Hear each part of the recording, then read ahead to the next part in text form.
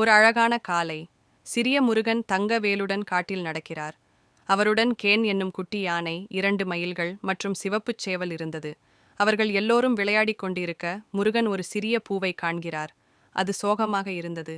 என் மாயத் தூளை இழந்துவிட்டேன் என்று பூ அழுது கொண்டது.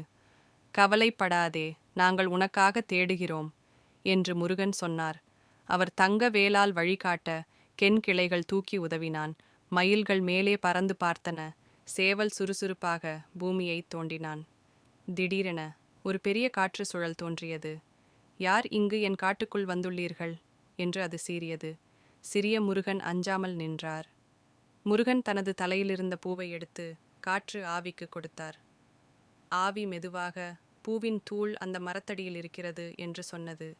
கென் தூளை மெதுவாக எடுத்தான். முருகன் அதை பூவில் வைத்து விட்டார். பூ மீண்டும் பிரகாசமாக குமிழி குமிழி என மலர்ந்தது. மயில்கள் சுற்றி ஆடின. சேவல் குக்கூவென்று கத்தினான். கென் மகிழ்ச்சியுடன் துள்ளினான். சிறிய முருகன் சிரித்தார். இதுதான் நட்பு, இதுதான் கருணை. அனைவரும் மகிழ்ச்சியுடன் விளையாடினர்.